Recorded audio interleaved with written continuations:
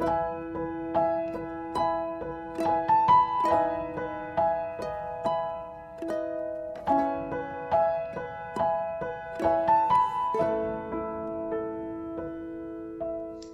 kita sama-sama berdoa sebelum kita mulai ya.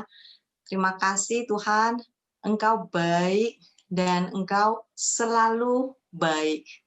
Terima kasih atas perlindungan-Mu, terima kasih atas penyediaan-Mu. Jikalau kami masih ada hari ini, semuanya adalah oleh karena kebaikan-Mu. Satu-satunya yang kami inginkan hari ini, ya Tuhan, terutama khususnya malam ini, biarlah terjadi kesembuhan ilahi di dalam hati, pikiran kami. Biar terjadi terobosan di dalam penantian kami. Satu-satunya yang kami inginkan adalah Engkau sendiri menyentuh setiap umat-Mu. Terima kasih, dan di dalam nama-Mu yang begitu luar biasa dan dahsyat, sama-sama yang percaya kami katakan, amin. Amin. Shalom semuanya. Ya, hari ini tema saya adalah pincang rohani. Oke, saya tidak datang sendirian hari ini. Hari ini saya datang bersama teman saya dari Singapura juga, namanya Michelle. Oke, maybe Michelle want to say, want to wave to everyone. Oke. Namanya Michelle. Nanti Michelle akan sharing kesaksiannya ya setelah saya berkhotbah ya. Nah, hari ini tema saya adalah pincang rohani. Nah, mungkin saudara yang mendengar pincang rohani, saudara akan berkata seperti ini, hah? Pincang rohani? Emangnya ada pincang rohani? Apa sih pincang rohani? Ayo kita sama-sama lihat di Yohanes pasal 5 ayat 1 sampai 9. Yohanes pasal 5 ayat 1 sampai 9. Saya percaya ini adalah suatu kisah di Alkitab yang tidak asing bagi setiap kita. Saya rasa semua orang juga sudah tahu cerita ini ya. Ayo kita sama-sama baca ya. Ini ini adalah suatu kejadian di Alkitab yang saya percaya tidak asing bagi kita. Sesudah itu ada hari raya orang Yahudi dan Yesus berangkat ke Yerusalem. Di Yerusalem dekat pintu gerbang domba ada sebuah kolam yang dalam bahasa Ibrani disebut Bethesda. Ada 5 serambinya, dan di serambi-serambi itu berbaring sejumlah besar orang sakit, orang-orang buta, orang-orang timpang, dan orang-orang lumpuh yang menantikan goncangan air kolam itu. Sebab sewaktu-waktu turun malaikat Tuhan ke dalam kolam itu dan menggoncangkan air itu. Barang siapa yang terdahulu masuk ke dalamnya sesudah goncangan air itu menjadi sembuh, apapun juga penyakitnya. Sedikit memberi kebenaran firman Tuhan, ya, jikalau saudara belajar firman Tuhan, malaikat Tuhan di sini sebetulnya ada sedikit kesalahan di dalam penterjemahan. Maksud saya apa sih? Nah, di sini dikatakan malaikat Tuhan. Jadi banyak sekali orang yang salah mengerti, oh ini malaikat Tuhan adalah Adonai, Tuhan kita. Sebetulnya yang melakukan mukjizat di dalam kolam Bethesda, yang menggoncangkan air dan menyembuhkan orang-orang yang masuk di dalam kolam Bethesda itu bukan Adonai, artinya bukan Tuhan kita, artinya bukan malaikat Tuhan kita, tetapi adalah dewa Yunani kuno yang mereka sembah. Oke, jadi saya ulangin sekali lagi ya, yang menggoncangkan air dan yang menyembuhkan orang-orang yang masuk di dalam kolam Bethesda itu is their Greek goddess. Gak ada hubungannya sama sekali dengan Tuhan kita. Dan bahkan Yesus sendiri harus sewaktu pada saat hari besar, hari raya ibaratnya, sewaktu banyak sekali rame orang berkumpul di sana, Tuhan Yesus justru membuktikan yang si pincang ini sembuh tanpa harus masuk ke dalam kolam itu. Oke, jadi saudara, maksud saya apa sih? Jikalau saudara lihat kata-kata yang tercatat di Alkitab, dikatakan seperti ini, barang siapa yang terdahulu masuk ke dalamnya sesudah goncangan air itu menjadi sembuh. Saudara coba bayangkan ya, di situ banyak sekali orang yang pengen sembuh. Di situ banyak sekali orang-orang sakit. Saudara bisa membayangkan, is a chaotic moment, oke? Kenapa? Karena setiap orang sedang menunggu goncangan air itu. Dan barang siapa yang pertama masuk di kolam itu akan menjadi sembuh. Jikalau saudara bisa bayangkan situasinya sekacau apa ya. Ini adalah suatu competition. Ini adalah suatu persaingan. Artinya apa? Saya harus berantem dengan orang lain cuman untuk masuk ke dalam kolam itu untuk mendapatkan kesembuhan. Artinya ada sesuatu persaingan yang terjadi. Satu orang harus mengalahkan orang lain sebelum mendapatkan kesembuhan. Tetapi Tuhan Yesus adalah Tuhan yang berbeda, saudara. Kenapa saya berkata seperti ini? Tuhan Yesus adalah He's a compassionate God.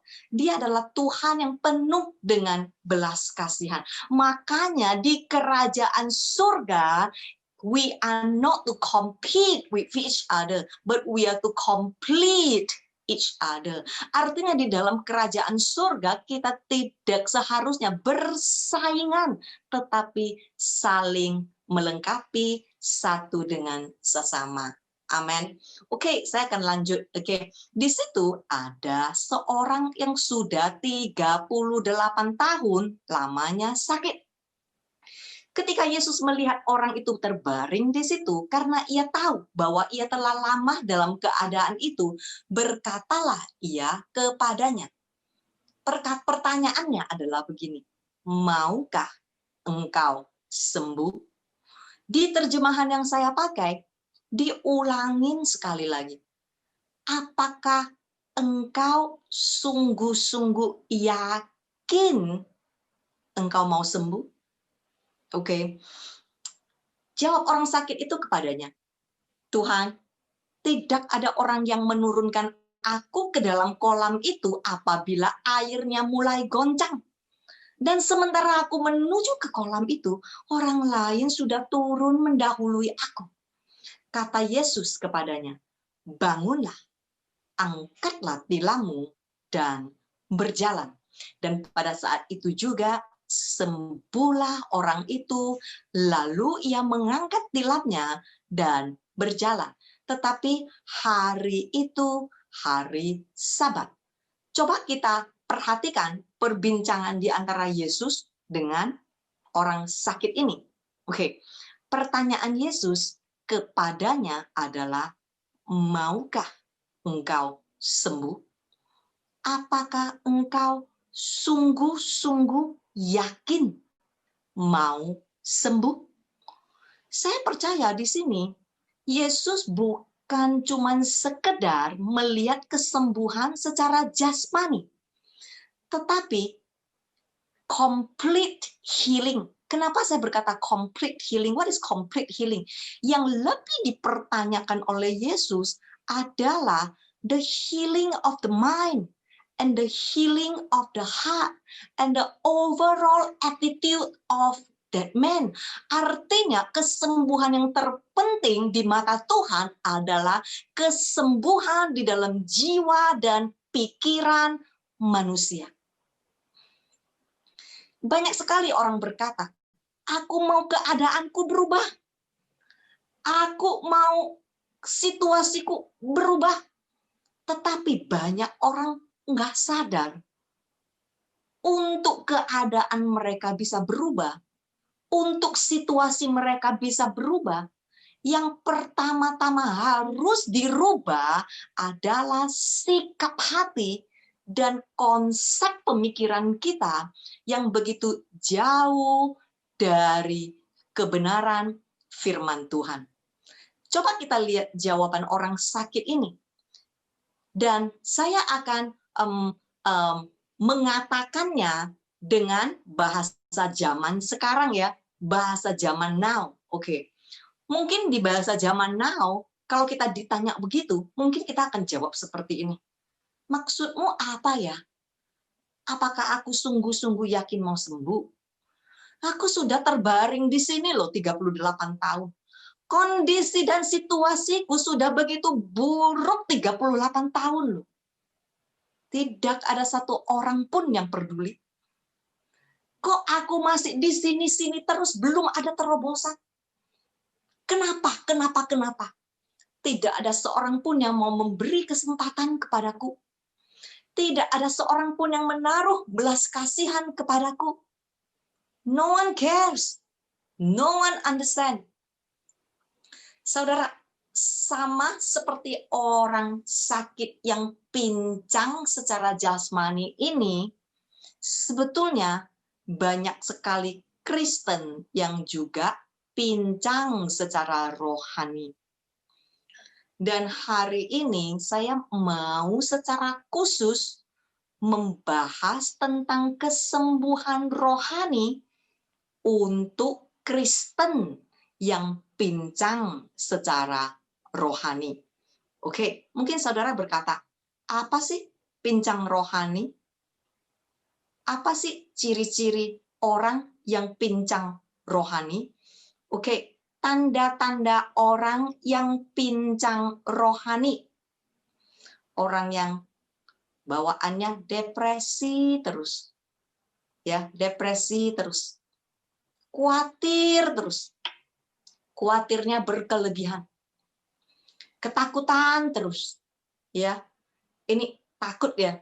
Saya selalu berkata manusia itu aneh. Kenapa saya berkata manusia itu aneh? Kita takut kepada semuanya. Takut penyakit, takut mati, takut manusia, takut nggak ada duit, takut masa depan buram. Pokoknya takut semuanya tapi nggak pernah takut sama Tuhan. Oke, ya. Jadi insecurity.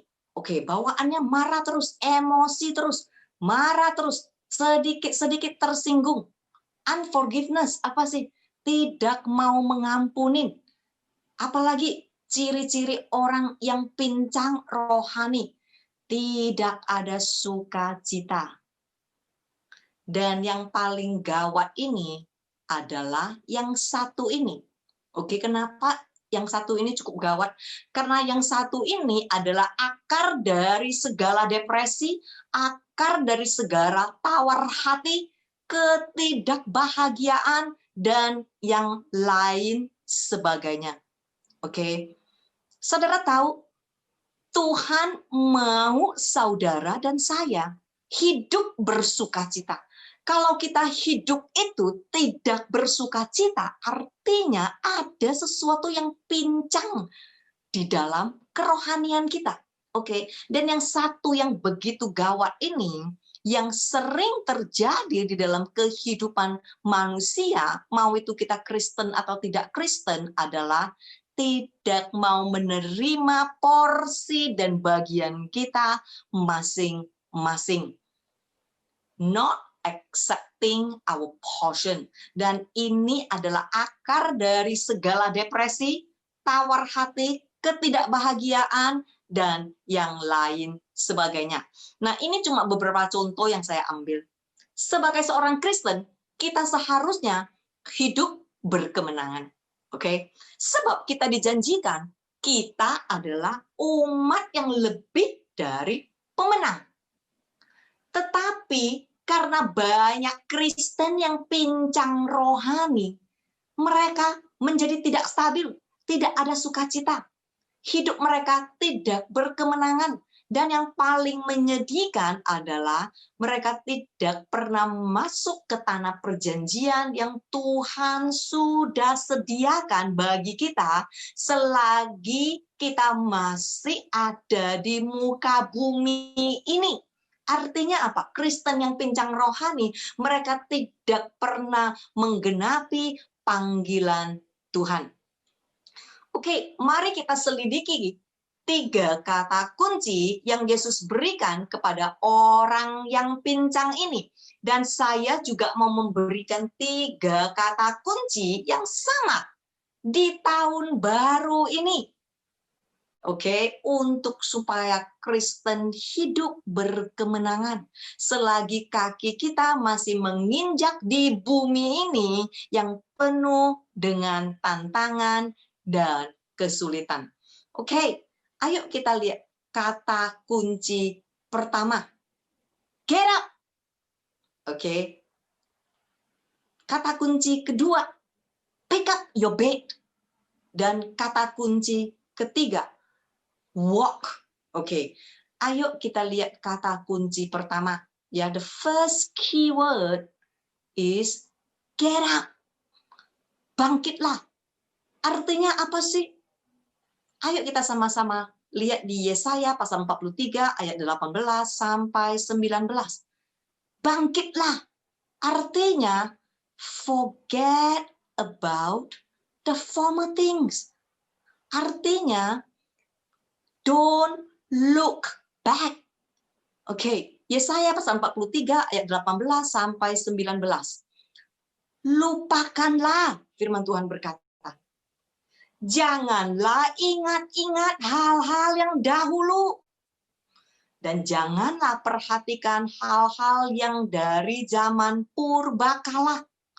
Ayat 19. Lihat, aku hendak membuat sesuatu yang baru. Yang sekarang sudah tumbuh. Belumkah kamu mengetahuinya? Iya. Aku bahkan akan membuat jalan di padang gurun dan sungai-sungai di padang belantara. Tuhan di tahun 2021 ini sedang berkata kepada setiap umatnya, lupakanlah, janganlah ingat-ingat yang dahulu. Janganlah perhatikan hal-hal yang dari zaman purbakala. Lihatlah, di tahun 2021 ini, aku akan membuat sesuatu yang baru. Saudara, engkau dan saya tidak akan sanggup bangkit jikalau kita terus-menerus melihat masa lalu kita. Saudara, jangan menyesali apa yang sudah terjadi. Jangan berhenti di masa lalumu. Mau itu masa lalumu adalah suatu kemuliaan atau kemegahan, ataupun masa lalumu itu adalah suatu penyesalan, tidak peduli. Mau itu kemegahan, mau itu kemuliaan, mau itu penyesalan. Lupakanlah. Tuhan berkata, lupakanlah. Forget about it. Jangan menginginkan hal-hal yang sudah berlalu. When it is over, let it be over. Oke? Kenapa saya berkata seperti ini? Pekerjaan yang sudah terambil, let it go. Uang yang sudah angus, let it go. Lupakanlah. Apa yang sudah terjadi, biarlah terjadi. Hubungan yang sudah retak, yang sudah hancur, yang sudah tidak mungkin dipulihkan, let it go. Tuhan berkata, forget Forget about the former things. Lupakanlah hal-hal yang sudah berlalu. Jangan diingat-ingat lagi. Jangan diungkit-ungkit lagi. Dan lihatlah, aku hendak membuat sesuatu yang baru. Aku akan membuat jalan di padang gurun dan sungai di padang belantara. Apa sih artinya? Artinya, I will make the impossible possible. Artinya, Tuhan akan mulai melakukan sesuatu yang mustahil bagi kita, tetapi tidak mustahil bagi Tuhan. Hal-hal yang baru, hal-hal yang menakjubkan, tetapi ada syaratnya, saudara. Syaratnya apa sih?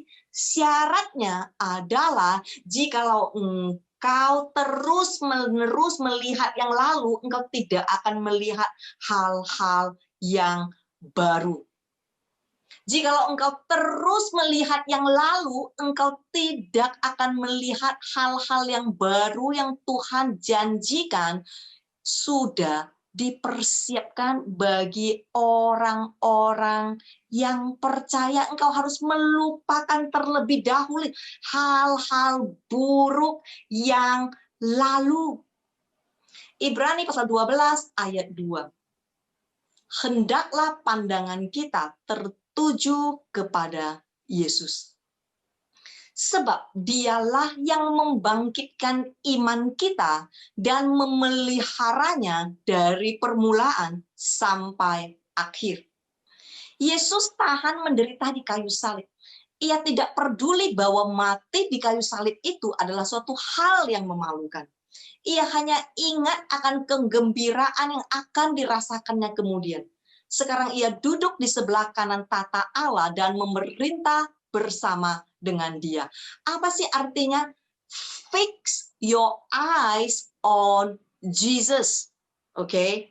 Kenapa we need to fix our eyes on Jesus? Sebab Dia adalah permulaan sampai akhir. Dengar baik-baik, saudara. Jikalau Dia adalah permulaan sampai akhir, artinya apapun yang kita alami, mau seburuk apapun kehidupan kita, mau segawat apapun situasi dan kondisi kita saat ini, akhir kita ada di tangan Yesus. Kalau kita tahu akhir kita ada di tangan Yesus, bukankah lebih baik kita letakkan tujuan kita, mata, hati, dan pikiran kita, dan melekat terus kepadanya?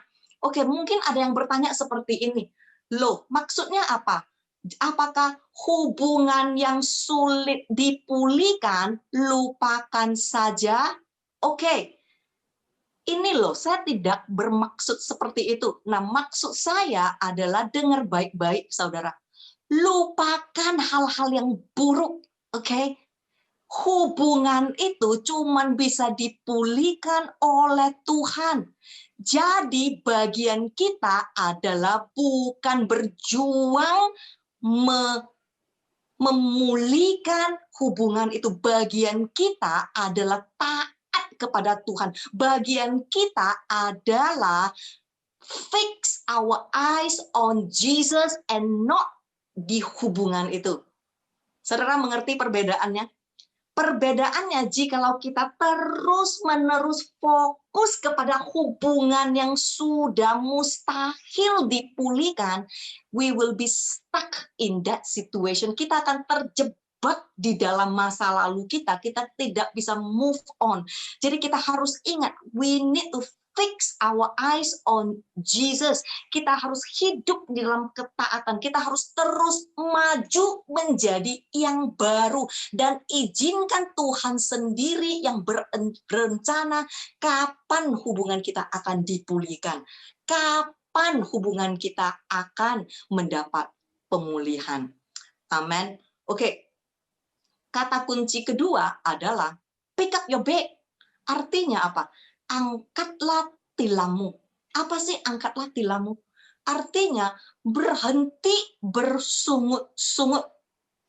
Filipi pasal 2 ayat 14 sampai 16. Lakukanlah segala sesuatu dengan tidak bersungut-sungut dan tidak berbantah-bantahan terhadap penyediaan Tuhan, supaya kamu tiada beraib dan tiada bernoda sebagai anak-anak Allah yang tidak bercela di tengah-tengah zaman yang bengkok hatinya dan yang sesat ini.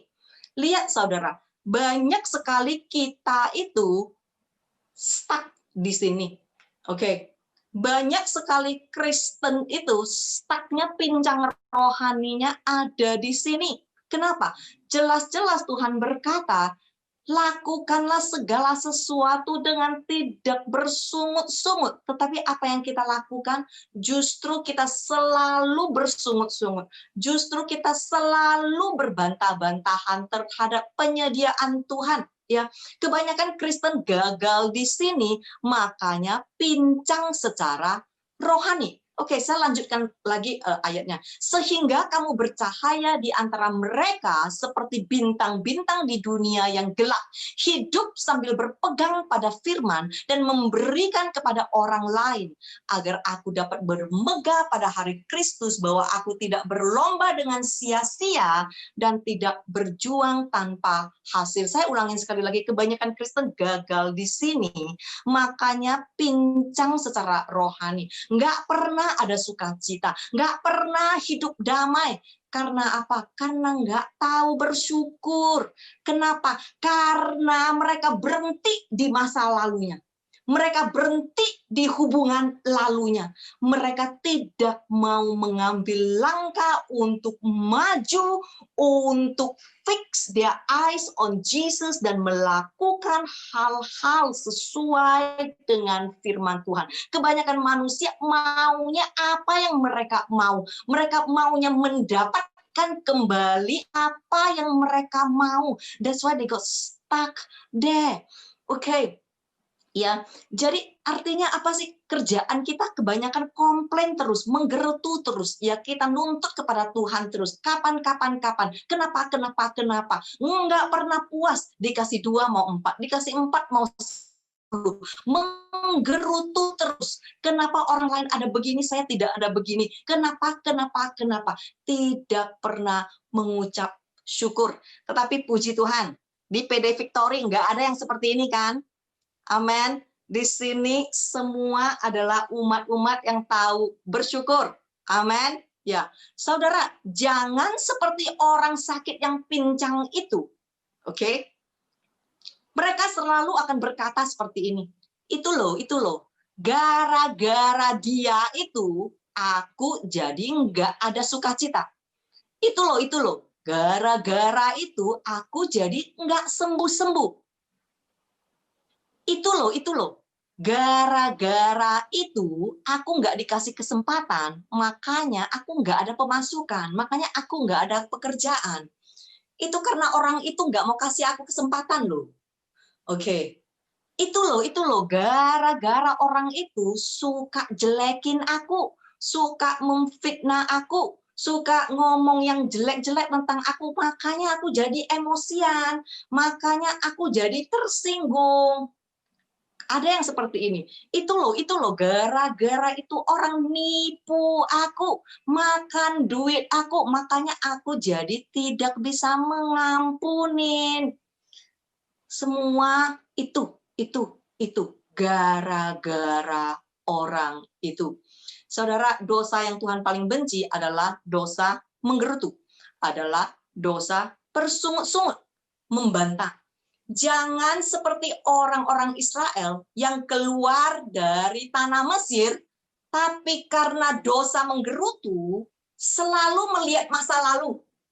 Selalu pengen balik ke Mesir, di mana dulunya mereka diperbudakan.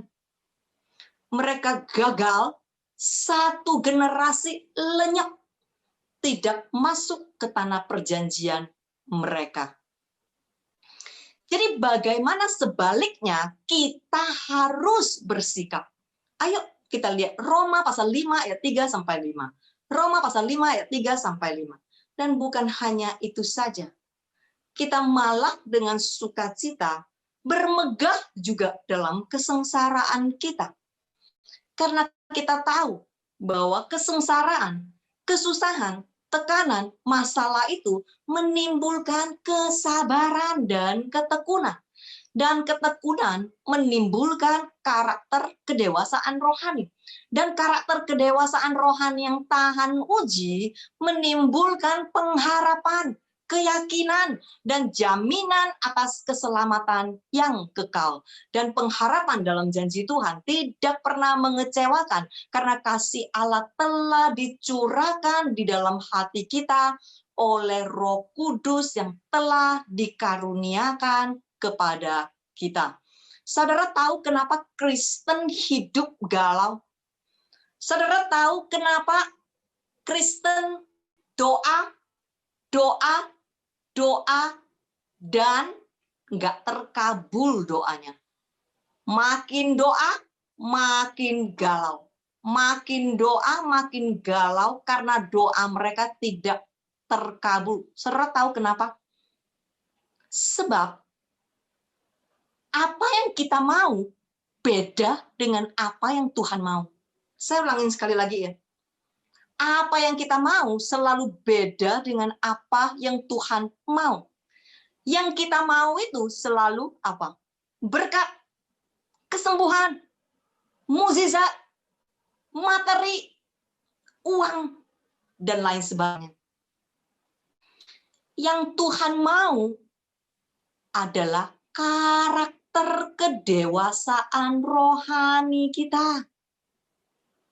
Dan firman Tuhan berkata, pada saat kita karakter kedewasaan rohani yang tahan uji ini terjadi di dalam kehidupan kita, itu menimbulkan pengharapan dan keyakinan dan jaminan atas keselamatan yang kekal.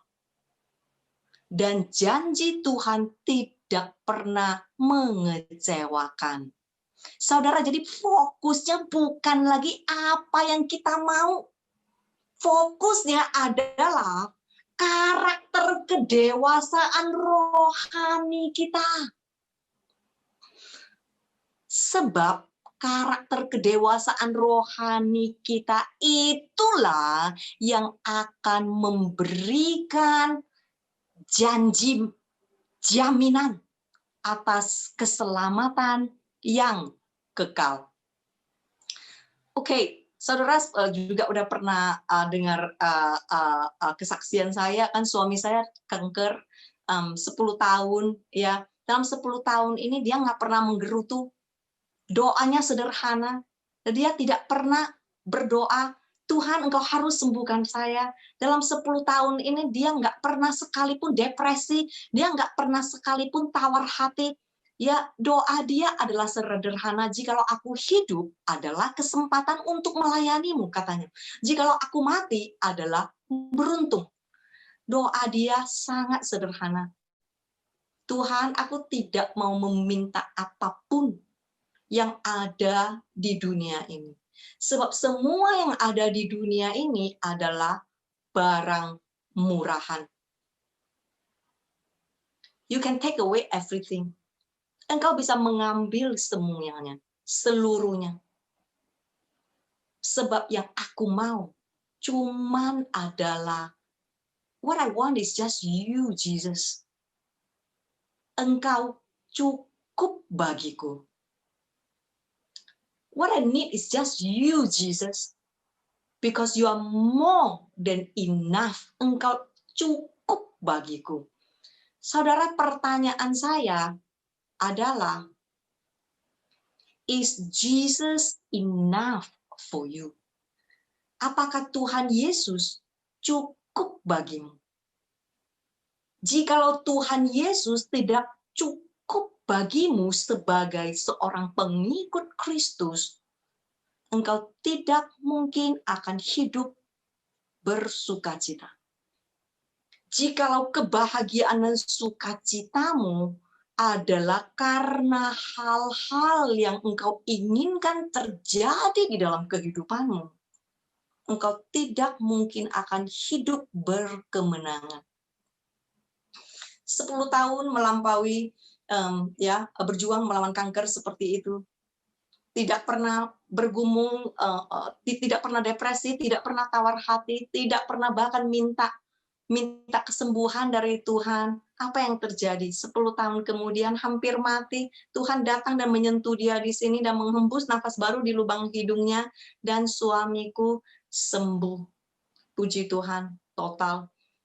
Semua kemuliaan kita berikan kepada Tuhan. Kata kunci ketiga, saudara, walk. Berjalanlah. Bagaimana kita harus berjalan? Berjalanlah di dalam ketaatan akan firman Tuhan. Yakobus pasal 1 ayat 22 sampai 25. Tetapi hendaklah kamu menjadi pelaku firman. Artinya terus aktif taat kepada ajaran Tuhan dan bukan hanya pendengar saja. Cuman dengar tapi gagal mengerti.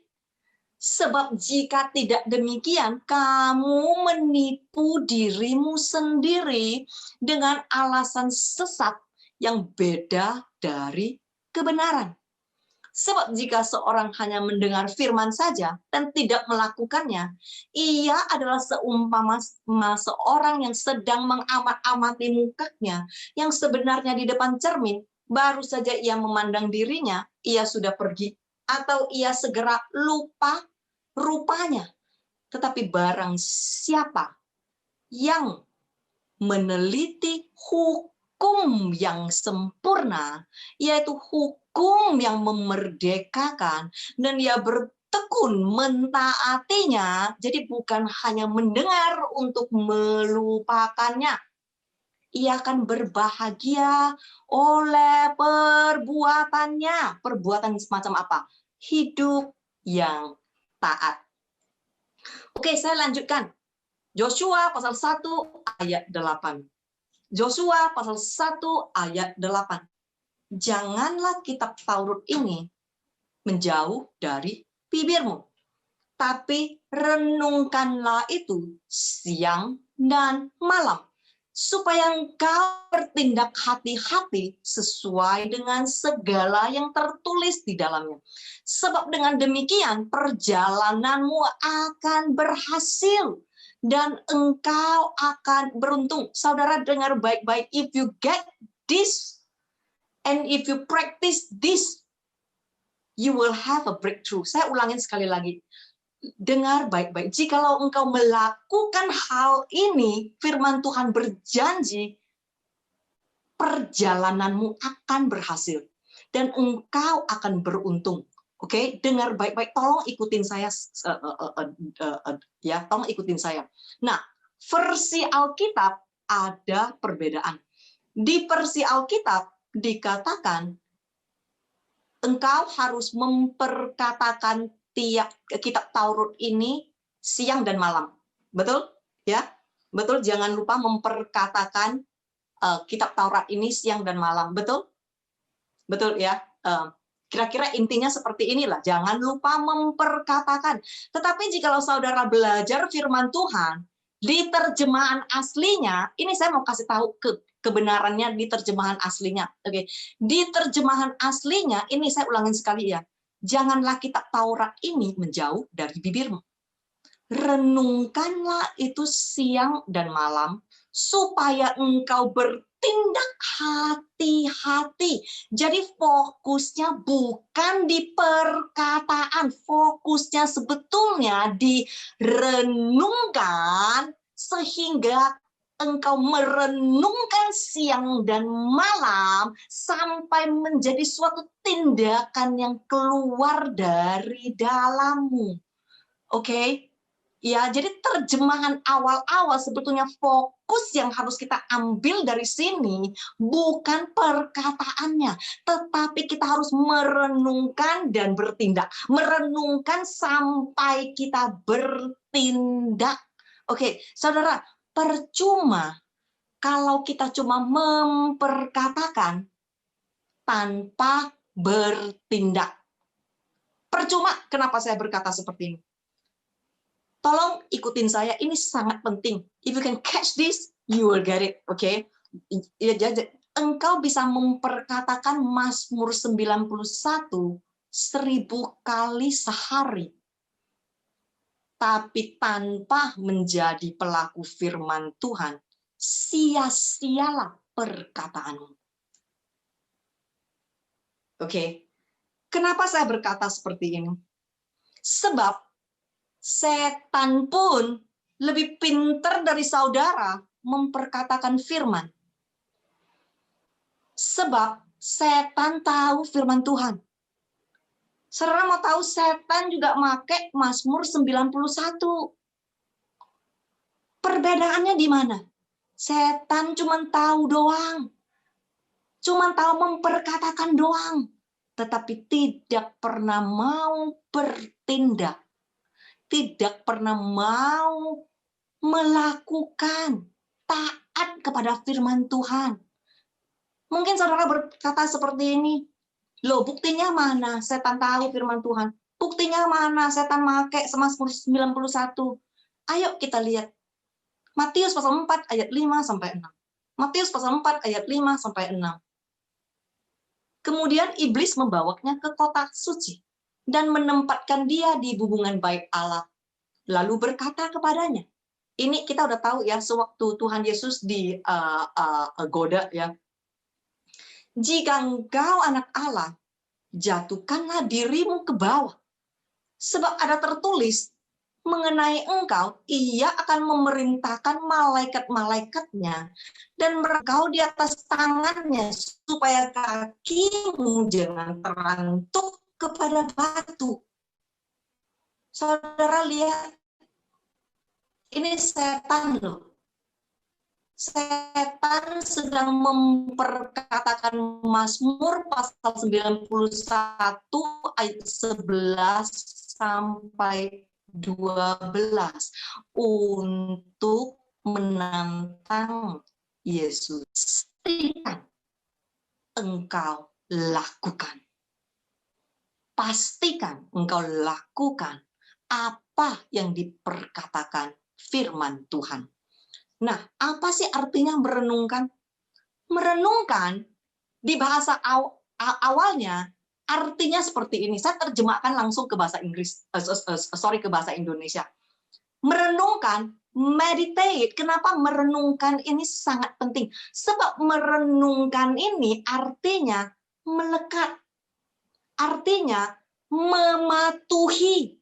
Artinya menjadi bagian dari kehidupan kita sehingga menjadi suatu tindakan yang harus kita ambil setiap hari.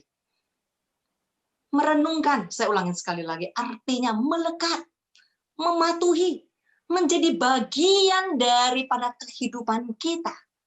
Sehingga setiap hari kita akan bertindak apa yang kita renungkan.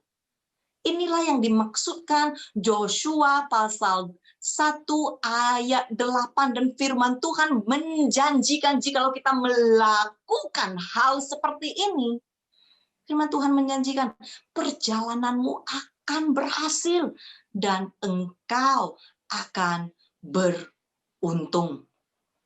Amin. Pertanyaan saya adalah di tahun 2021 ini, di tahun baru ini, maukah engkau sembuh? Apakah engkau sungguh-sungguh mau sembuh?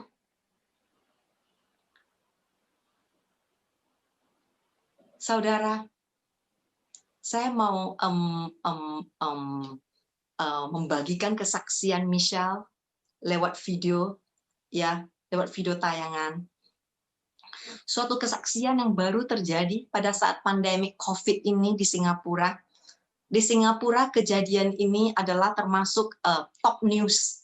Kejadian ini terjadi di bulan Juni, ya.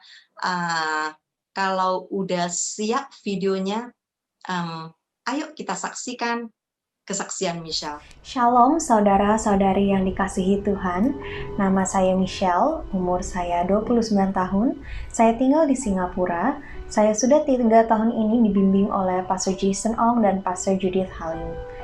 Saya dari dulu adalah seorang yang gembira, girang, dan juga ceria. Dari kecil hingga dewasa, saya tidak pernah mengalami suatu pergumulan yang sangat berat. Saya seharusnya menikah tanggal 18 April 2020 kemarin. Semua persiapan pernikahan sudah matang, baju wedding sudah ada, cincin sudah ada, foto wedding sudah ada, hotel sudah dibayar, rumah sudah siap, undangan pun telah disebar. Semua persiapan pernikahan, semuanya sudah lengkap. Saya sangat senang dan gembira sekali karena saya akan memasuki kehidupan baru di hidupku. Suatu kehidupan baru yang sudah aku impikan dari kecil akan menjadi realita. Dan saya sangat senang dan excited akan datangnya hari pernikahan saya. Saya sudah berencana dan benar-benar mempersiapkan hati saya untuk menjadi istri dan membangun keluarga yang kokoh di dalam Tuhan. Karena COVID-19, pernikahan saya di Singapura terpaksa harus dibatalkan oleh pemerintah di Singapura. Saya pikir batalnya pernikahan saya di April ini berarti saya hanya akan bisa menikah di Desember akhir tahun. Tetapi, kiranya rancangan Tuhan beda dengan rancanganku. Pada tanggal 6 Juni 2020, sesuatu yang sangat berat menimpa hidup saya. Tunangan saya yang sangat terkasih meninggal secara tragis dalam kecelakaan mobil. Biasanya saya selalu bersama dia di mobil karena saya bekerja bersama dia. Tetapi hari itu saya tidak bisa kantor karena saya ada banyak pekerjaan di rumah. Pada pagi saat hari kejadian, saya menelpon tunangan saya 2 kali untuk bertanya kepada dia apakah dia perlu dibawakan makan ke kantor. Saya bingung. Kenapa sudah ditelepon 2 kali tapi tidak ada jawaban? Karena tunangan saya adalah orang yang selalu mengangkat teleponnya sesibuk-sibuknya dia. Atau kalau benar-benar tidak lihat telepon, dia pasti akan cepat telepon balik. Saya tunggu terus, tetap belum ada kabar. Pada jam 2 siang, tiba-tiba saya mendengar mama saya terima telepon dari papanya tunangan saya. Dan mereka menyatakan bahwa tunangan saya sudah meninggal dunia. Saya langsung merebut teleponnya dan menanyakan berkali-kali ke papa tunangan saya. Karena saya tidak mau percaya bahwa tunangan saya benar-benar sudah tiada. Saat itu, papa tunangan saya terus-menerus menyatakan kepada saya bahwa benar tunangan saya sudah tiada. Saya sekejap langsung jatuh ke lantai. Saya langsung menuju ke rumah orang tua tunangan saya dengan penuh tangisan. Sampainya di sana, papa tunangan saya memberikan 1 kantong plastik besar transparan yang isinya semua barang-barang tunangan saya dari mobil. Laptop bag dia, dompet dia, handphone dia, kunci mobil dia, jam tangan dia. Semua barang satu-satu itu semua benar milik dia semua. Dan barang-barang itu pun semua basah dan ada tanah dan rumput-rumputnya. Melihat semua barang-barang itu, saya langsung tergeletak jatuh ke lantai lagi. Tunangan saya yang terkasih selama 4,5 tahun lenyap begitu saja dalam sekejap. Semua impian saya musnah dan seluruh kehidupan saya hancur lebur di depan mata saya. Pada hari itu, saya tidak bisa berpikir apa-apa. Saya rasanya benar-benar hanya mau mati saja.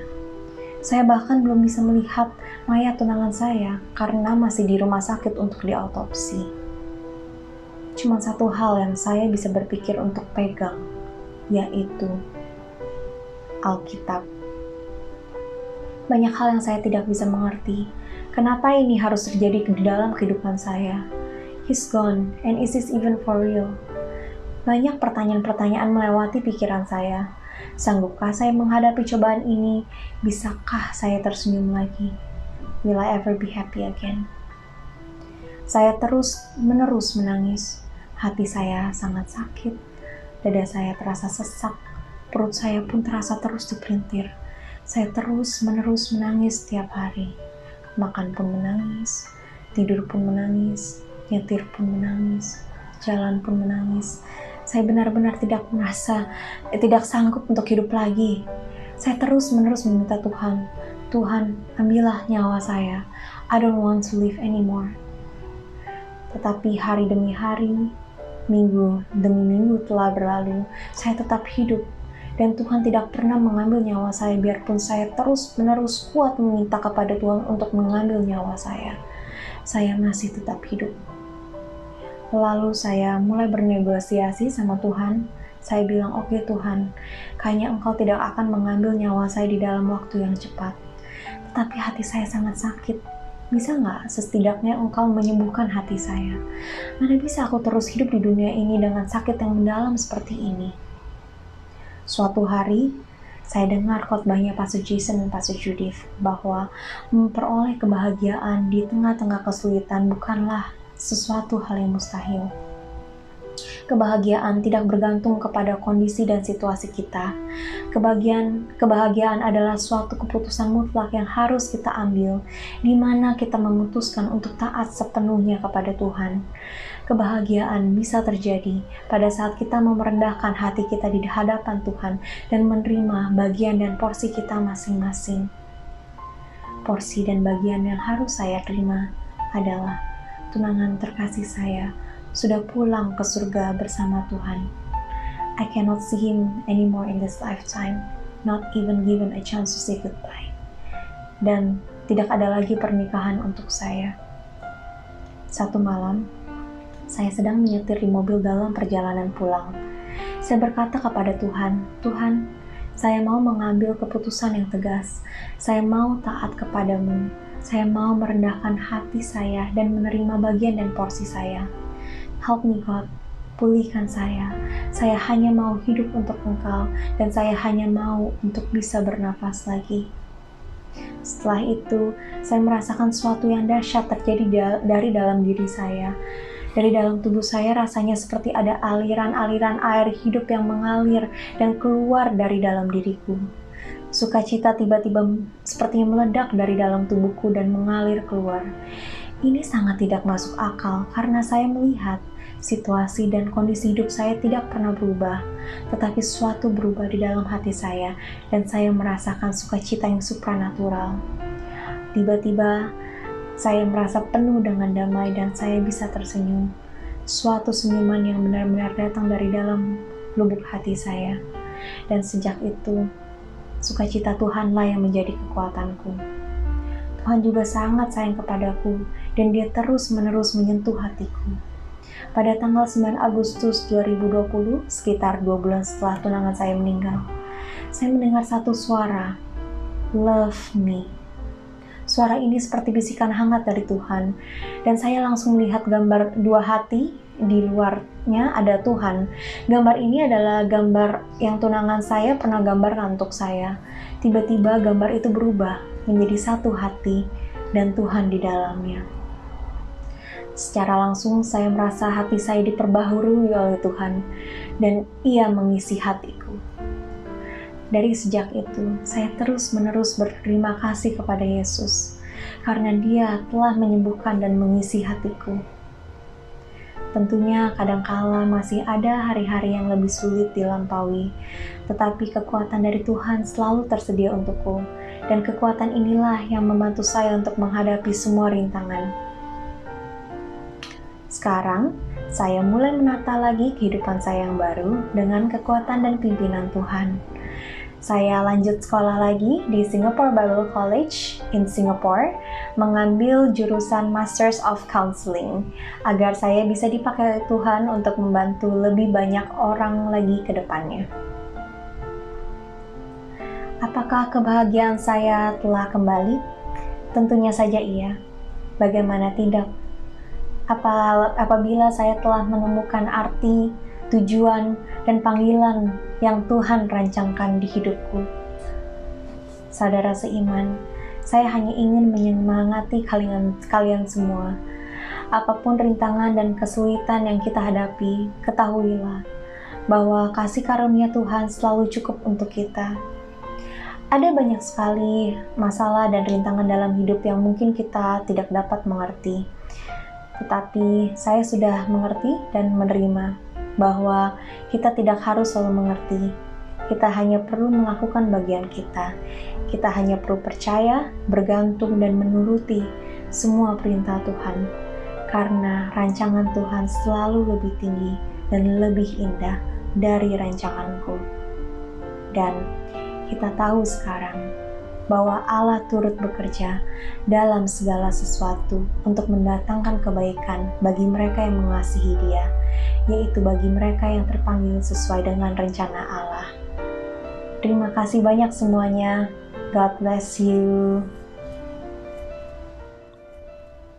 Thank you very much, Michelle. Saudara, bukankah ini adalah suatu kesaksian yang begitu luar biasa? Ini adalah kisah yang begitu nyata, ya.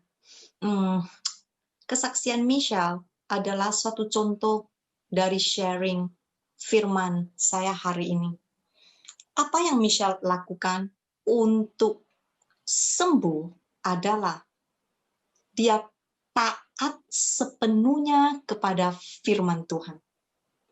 Dia tidak mengizinkan situasi buruknya menguasai hati, pikiran, kehidupannya, dan menang atasnya. Dia tidak mengizinkan depresi, amarah menguasainya. Apa yang dia lakukan? Dia melupakan hal-hal yang lalu. And she fixed her eyes on Jesus. Apalagi yang Michelle lakukan? Dia bersedia menerima porsi dan bagiannya dengan rendah hati. Tidak menuntut, tidak menggerutu, tidak membantah terhadap Tuhan atas kematian tunangannya. Dan Yesus sendiri yang menyembuhkan Michelle dalam waktu sangat singkat, cuman 3 bulan. Dan sekarang Michelle melayani Tuhan dengan menolong orang-orang muda yang mengalami depresi. Pertanyaan saya adalah, maukah engkau sembuh, saudara? Apakah engkau sungguh mau sembuh? Tuhan berkata, get up. Get up.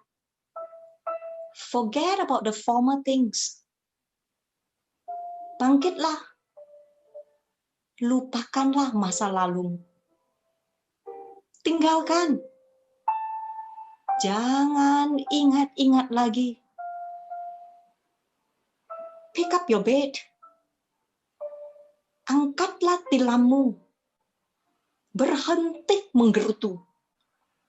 Terimalah bagian dan porsimu masing-masing. And walk. How should we walk? Bagaimana kita harus berjalan? Kita harus berjalan di dalam ketaatan akan firman Tuhan. Amin. Ayo kita berdoa. Terima kasih Tuhan. Sembuhkanlah setiap kami ya Tuhan. Sembuhkanlah pikiran, hati, konsep pemikiran kami yang salah dan yang begitu jauh dari kebenaran firman Tuhan. Ada kesembuhan ilahi yang akan terjadi di tengah-tengah persekutuan ini. Dimanapun engkau berada, saya percaya Tuhan kita namanya Immanuel. Dia tidak terbatas oleh negara, kota, maupun dimanapun kita berada. Dan Tuhan mau menyembuhkan. Jikalau ada di antara saudara-saudari yang hadir di sini, jikalau engkau mau disembuhkan, jikalau engkau berkata, Tuhan, aku mau sembuh. Aku mau bangkit, aku mau angkat tilangku, dan aku mau berjalan. Aku mau sembuh di hati dan pemikiranku. Jikalau ini adalah doamu, cukup engkau taruh tanganmu di mana? Ini, letakkan tanganmu di sini, di bagian dadamu. Saya percaya kesembuhan ilahi akan terjadi. Terima kasih Tuhan. Lihat tangan-tangan anakmu yang sudah diletakkan di dada ini. Lihatlah kesesakan kami. Lihatlah kesulitan yang mereka alami. Lihatlah pergumulan kami. Lihatlah ya Tuhan. Dan sembuhkanlah ya Tuhan. Sembuhkanlah Tuhan. Sembuhkanlah. Di dalam nama Tuhan Yesus. Beri setiap kami sukacita, damai sejahtera, ketenangan yang kami perlukan. Pulihkan anak-anak-Mu ya Tuhan. Pulihkan yang terutama hati ini ya Tuhan. Pemikiran ini ya Tuhan. Yang begitu jauh dari kebenaran-Mu. Biar di tahun 2021 ini setiap kami menjadi baru.